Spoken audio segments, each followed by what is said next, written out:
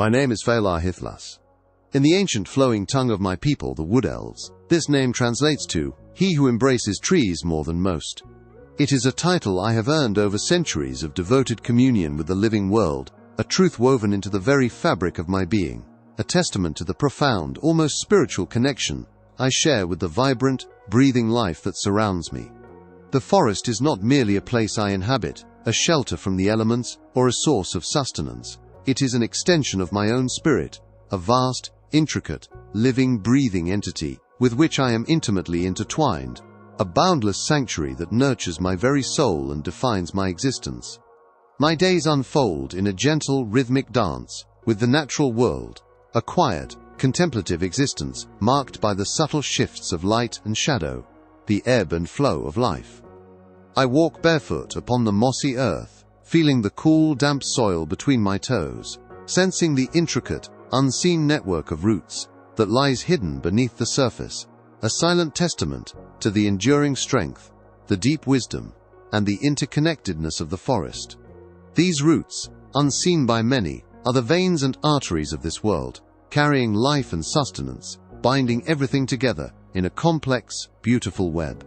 The air I breathe is thick with the sweet, resinous perfume of pine needles, the rich, earthy scent of damp soil after a gentle rain, and the delicate, fleeting fragrance of wildflowers that bloom in hidden glades, their vibrant colors a fleeting joy against the green tapestry of the undergrowth. Every breath is a communion, a drawing in of the forest's essence. The sunlight, filtered through the dense emerald canopy of ancient leaves, falls in shifting patterns upon the forest floor, creating a constantly changing mosaic of light and shadow, a living tapestry woven by the sun and the trees, a dance of illumination and mystery. I spend my time communing with the oldest guardians of the grove, the towering oaks whose gnarled branches reach like ancient arms towards the vast open sky, their rough bark etched with the stories of centuries. I speak with the whispering willows, whose graceful boughs dip towards the murmuring streams, their leaves rustling secrets to the flowing water. I lay my hand upon their rough textured bark, closing my eyes, and listen to the slow, steady thrum of their life force, feeling the sap rise within their veins, the quiet, almost imperceptible expansion of their growth rings, each one a record of a year lived, a season endured. This is the silent, patient wisdom they have accumulated over millennia, a wisdom I strive to absorb and understand. I understand the subtle language of the rustling leaves, the creaking of ancient branches in the wind, the gentle sigh of the forest as it breathes, a deep, resonant sound that speaks of timelessness and enduring strength.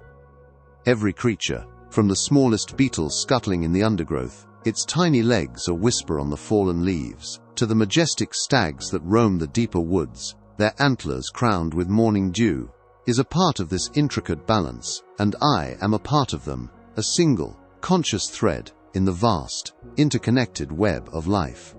My role is that of a protector, a silent guardian, a listener to the very heart of the green realm. I tend to the sick trees, offering them gentle healing and nourishment, guiding their weakened branches towards the sun. I guide the young saplings towards the light, ensuring they have space to grow strong and tall. I work tirelessly to ensure the harmony that has existed for countless ages remains undisturbed, to mend any tear in the fabric of this sacred place. My life is one of profound peace, of quiet observation, and of deep, abiding respect for the intricate, delicate, yet immensely powerful beauty of the living world around me. This forest is my sanctuary, my purpose, my everything. It is the core of my being, and I am its devoted servant. But even in the deepest, most sacred parts of our ancient forest, a shadow can fall, a discord can ripple through the natural order, shattering the tranquil symphony that usually defines our existence. This morning, as the first golden rays of sunlight began to pierce the dew-kissed leaves, painting the forest floor in shifting patterns of light and emerald, I felt it. A tremor. Not a physical shaking of the earth, not the rumble of a distant storm, but a profound disturbance in the very spirit of the trees, a sharp, sudden cry of pain that echoed not through sound, but through the deep, interconnected web of life that binds all living things within these woods. It was a feeling of violation, of raw, unprovoked suffering, a searing wound in the collective consciousness of the grove, a scream that only my kind could truly hear. My peaceful morning walk, a ritual of quiet contemplation and gentle communion, transformed instantly into a desperate, urgent search, my heart quickening its ancient, steady rhythm, a drumbeat of alarm. My senses, usually attuned to the subtle harmonies and gentle rhythms of nature, were now stretched taut, every fiber of my being focused, seeking the source of this profound distress. The air, which moments before had been sweet with the scent of damp earth and blooming wildflowers, now carried a faint, acrid tang, a metallic hint of something utterly wrong, something alien to the purity and peace of the forest. It was the scent of disruption, of violence, of something that did not belong. I followed the invisible trail of anguish, guided by an instinct deeper than thought, my eyes scanning the familiar trunks, the untouched undergrowth, searching for any visible sign of the disturbance. My movements became swifter, more purposeful, driven by an overwhelming urge to understand, to confront, to heal. And then, I saw it. A majestic oak, one of the ancient ones, a true patriarch of the forest, standing taller and wider than many of its venerable neighbors, its sturdy branches having weathered countless seasons, its roots anchoring it deep into the very bedrock of the land. Its bark, usually a rugged tapestry of deep grooves and resilient ridges, was now marred, its quiet dignity shattered by an act of incomprehensible brutality. My breath caught in my throat, a gasp of pure, unadulterated horror escaping my lips before I could suppress it. This was no act of nature, no lightning strike leaving a charred scar, no disease slowly consuming its vitality. This was deliberate. This was malice. I approached the great tree slowly, my steps light and cautious, as if fearing to startle it further in its agony, to deepen its profound suffering. My hand, which usually caressed bark with reverence and affection, now hovered, trembling, unwilling to touch the raw, exposed wounds, the broken skin of my ancient friend. The damage was extensive, brutal, and utterly senseless, a testament to a destructive force that defied all understanding. First, there were the dagger stabs. Small, sharp punctures, driven deep into the living wood. They were not in a pattern, not for collecting sap, not for marking a trail for hunters. They were random, chaotic, scattered across the trunk as if someone had simply plunged a blade in repeatedly, without thought or purpose, just to inflict pain, to vent a furious energy. Splinters of wood, pale and fresh, still clung to the edges of the wounds, like tears on the tree's ancient, stoic face. The bark, usually a rugged, protective shield, was torn and gouged, revealing the softer, vulnerable layers beneath, the very flesh of the tree. Each stab was a small, sharp scream in the silent language of the forest, a piercing cry that resonated deep within my own being. Then, there were the sword hits. Broader, heavier impacts, wide, crushing blows that had torn through the bark, ripping great chunks away, leaving raw, exposed gashes. The wood fibers beneath were shattered, splintered, crushed, as if a heavy, blunt weapon had been swung with immense, uncontrolled force, not to fell the tree, but to simply smash it, to break it apart piece by piece, to inflict maximum damage. These were not the clean, precise cuts of a lumberjack, harvesting wood with respectful intent, nor the calculated defensive strikes of a warrior felling a dangerous foe. These were wild, uncontrolled swings, born of a destructive impulse, leaving gaping, ragged wounds that bled sap like tears, thick and sticky, staining the bark. The sheer power behind these blows was unsettling, suggesting a strength far beyond that of any creature I knew, a strength wielded with reckless abandon. And then, the most sickening, the most utterly wrong of all the wounds. Gouges. Deep, raw indentations, as if something had clamped down with immense force and torn at the wood. These were not claw marks, for I knew the claws of every beast in this forest, from the smallest badger to the largest bear. These were bites. Savage, monstrous bites, ripped deep into the living tissue of the tree. The edges of these wounds were ragged, uneven, bearing the unmistakable imprint of powerful jaws and sharp, tearing teeth. The thought sent a shiver of revulsion down my spine. What kind of creature, what kind of being, would sink its teeth into an unmoving, unthreatening tree with such ferocity? It defied all natural order, all logic. This was not hunger, this was not defense, this was pure, unadulterated rage. My mind raced, trying to comprehend the incomprehensible. Who, or what, could have done this? The orcs, crude as they were, felled trees for their crude shelters, or for firewood, but never with such wanton, pointless destruction. Their violence, though brutal, usually had a clear, if barbaric, purpose. Goblins were too small, trolls too dull-witted for such specific yet chaotic damage. No known beast of the forest attacked in such a manner. This was something else, something alien to the very spirit of our peaceful woods. Then, a chilling memory, a whisper from the fearful tales of the orcs, surfaced in my mind. For generations, even the brutish, battle-hardened orcs spoke in hushed, fearful tones of them. Not just their strength, which was formidable, but their unpredictable madness. Their capacity for savagery without cause. They called them the soft-skins, humans. The very word was laced with a strange mixture of awe and terror in the Orcish tongue. The orcs, who reveled in battle and destruction, described these, quote, humans, as beings of terrifying paradox. They would fight not just for land or gold or even for honor, but for an insult, a perceived slight, or sometimes for no reason at all. They spoke of a peculiar kind of berserker fury, an animalistic, almost joyful destruction that would seize them, transforming them into unstoppable engines of chaos. They would scream and howl, their faces contorted, their bodies moving with a frenzied energy that defied logic. The orcs, who understood brute force, were baffled by this human capacity for seemingly irrational, self-destructive rage. They spoke of humans laughing as they charged into impossible odds, weeping over trivial matters, and then, in the next breath, unleashing a whirlwind of violence that left even the most seasoned warriors stunned and unnerved. To bite a tree, to stab it with such ferocity, to smash it with such reckless abandon, this was the legendary, terrifying berserker human rage the orcs whispered of. What monstrous entity could inflict such pain on an innocent sentinel of the forest, a being that offered only shade and life? The thought sent a cold dread through me, a fear unlike any I had known, a fear that gnawed at the edges of my ancient composure. If this was their rage, what would their purposeful actions entail? The very idea was unsettling, deeply unsettling. I had always dismissed the Orcish tales as exaggerations, the fearful imaginings of a simple-minded race confronted with something they couldn't quite grasp, something that defied their crude logic. But now, standing before this wounded giant, this venerable oak, the evidence was undeniable.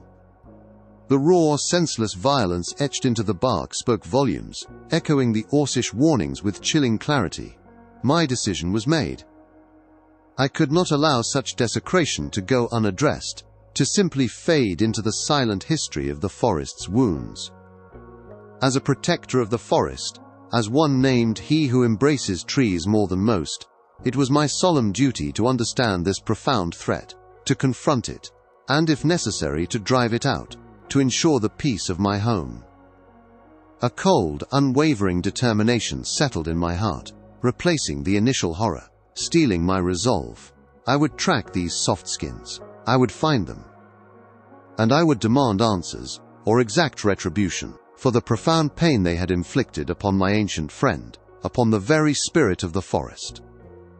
The journey would be dangerous, perhaps even foolish, pushing me beyond the boundaries of my usual peaceful existence, but the forest demanded it. My oath demanded it. My very nature compelled me. I began to track, moving silently through the undergrowth, my elven senses heightened, every fiber of my being focused on the task. The trail was surprisingly clear, a blatant, almost arrogant disregard for concealment, a testament to the reckless power, and perhaps the utter lack of stealth of the perpetrators. Each broken branch snapped carelessly from a passing limb, each scuffed patch of moss bearing the distinct impression of a heavy, unusual boot, each disturbed stone, slightly displaced from its centuries-long resting place, was a signpost, a breadcrumb trail left by those who cared little for their impact on the delicate, living forest floor. I noted the heavy impressions in the damp earth, larger than any orc's crude boot, and strangely shaped, with intricate patterns on their soles that spoke of manufactured intent rather than natural form. The scent of pine and damp earth, usually so dominant and comforting, was slowly being replaced by a new faint odor, something metallic, something like sweat, but more pungent, more uniquely human. And another scent, faint but persistent, like burnt sugar or charred leaves, mingling strangely with the damp forest air. It was alien, unsettling, and yet strangely, not entirely unpleasant, merely profoundly unfamiliar. The deeper I went, the more the forest seemed to hold its breath, its usual vibrant symphony muted, the usual cheerful chatter of squirrels and the bright calls of birds grew quieter, replaced by an unnatural stillness, an almost expectant silence that pressed in from all sides. Only the rustle of my own movements, light and silent as a falling leaf, or the whisper of the wind through distant branches disturbed the profound quiet. My heart pounded, a deep, resonant drumbeat within my chest, not just with fear, though that was present, but with a righteous indignation that fueled my every step, pushing me forward, deeper into the unknown. What would I face at the end of this trail? A beast of nightmare, twisted and monstrous, a demon of pure destruction, a blight upon the land, or the terrifying, unpredictable soft skins of legend, whose madness even the orcs feared. The anticipation was a tight knot in my stomach, a cold dread mingled with burning resolve. As I moved, the light began to change, growing brighter, piercing the canopy with greater intensity, indicating an approaching clearing, a break in the dense forest. I slowed my pace even further, becoming even more cautious, my movements fluid and silent as a shadow lengthening in the twilight. The sounds of the forest, which had been so muted, began to be subtly overlaid with something alien, something profoundly strange, a dissonance that grated against the natural harmony. First, a distant, rhythmic thud thud thud. It was heavy, repetitive, and utterly unlike any natural sound of the forest. It sounded like something being struck, repeatedly, with great force, a blunt, percussive impact that resonated through the trees. It had an odd, almost hollow quality. Then, a strange, guttural yell, a sound of pure, unbridled frustration, sharp and raw, followed by another thud. This was not a war cry, nor the roar of a beast in anger, nor the shriek of a predator. It was different. It carried an odd inflection, almost like a complaint, a lament, yet filled with intense energy. Then, a high-pitched, almost desperate squeak, sharp and quick, followed immediately by a burst of what sounded like laughter, loud, raucous, almost desperate laughter. It was a jarring, confusing cacophony that defied my understanding of the natural world, a blend of sounds that seemed utterly at odds with each other. My mind struggled to categorize these sounds, to fit them into any known pattern of animal behavior or tribal ritual. The combination was bizarre, unsettling, and strangely, almost comical in its inexplicable nature. My elven logic strained to find a reason, a purpose, a place for these sounds in the quiet order of the forest, and failed utterly. I reached the very edge of the clearing, a dense curtain of ferns and thick undergrowth providing perfect, impenetrable concealment. Slowly, cautiously, with movements so delicate they barely stirred a single leaf, I parted the ferns, peeking into the small, sun-drenched space that lay before me. What I saw defied all my expectations, all the terrifying legends, and all the logical conclusions I had drawn from the violated oak tree. It was a scene of utter, bewildering absurdity. In the center of the clearing, two figures moved. They were indeed human-shaped, though their forms were clad in strange, brightly colored coverings that seemed to restrict their natural movement, clinging to their limbs, decorated with odd symbols and numbers. One of them, a male, with hair the color of sun-baked wheat, and a face reddened by exertion, was swinging a long, blunt stick. It wasn't a staff or a spear, but something thin and flexible. He was yelling a series of short, sharp exclamations that seemed to convey both intense effort and profound exasperation. He swung the stick again, and the rhythmic thud sound, which had filled me with such dread, was explained. He was hitting something round and white repeatedly, propelling it across the clearing with remarkable force. It was not a weapon, not a tool for felling trees, not an object of war, but a battered spherical object, deflated in places, covered in dirt and scuff marks. It was an object of sport, a game. The other figure, a female, with hair like tangled dark vines, was lying on the ground, rolling and squealing with laughter, holding her stomach as if in immense pain, but her face was alight with pure, unbridled amusement. Her laughter was loud, uninhibited, and utterly infectious, a sound so joyous and reckless that I had rarely heard its like with such abandon in the quiet dignity of the forest. The sight of her, writhing in mirth over seemingly nothing, was utterly bewildering given the solemn context of the tree's wounds. She pointed at the male human who had just missed striking the white sphere cleanly, gasping for breath between peals of laughter. The male human, his face contorted in a mask of comical fury, took another wild swing at the round, white object, missed it entirely, and let out a scream of pure, unadulterated frustration. It was a sound so raw, so intense, so filled with a kind of irrational despair, that it would have made an orc warlord pause in confusion, wondering what dire foe had prompted such an outcry. But then, to my utter astonishment, he bent down, his chest heaving, his face still red with effort, grabbed the round white thing, and bit it fiercely, sinking his teeth into its deflated surface, shaking it like an angry animal, as if the object itself had personally offended him. This was the source of the savage bite marks. Not a monstrous beast of the deep woods, not a creature of nightmare, but this soft-skinned male, biting a thing, a mere spherical object, out of sheer childish pique. It was a tantrum, directed not at a living creature, but at an inanimate plaything. My breath caught, my mind reeled. Every preconceived notion shattered like fragile ice. These were the softskins, the berserkers, the terrifying rage-filled beings of Orcish nightmares. Their rage was directed at a deflated, spherical object. The savagery I had witnessed on the ancient oak was born from the frustrating, infuriating act of missing a shot in their strange game. The bites were an act of sheer illogical exasperation, a comical display of human frustration directed at a piece of leather or rubber. And the tree, the poor, innocent oak, it had simply been in the way of a wildly flailing, utterly uncoordinated, yet intensely focused human. I watched them for a long, extended time, hidden perfectly in the ferns, observing their peculiar ritual. They would kick the deflated ball with their strangely patterned footwear, chase it across the clearing with surprising bursts of awkward, stumbling speed, often tripping over their own feet or tangling with each other. They would yell, shout, and laugh, their voices echoing loudly through the quiet woods.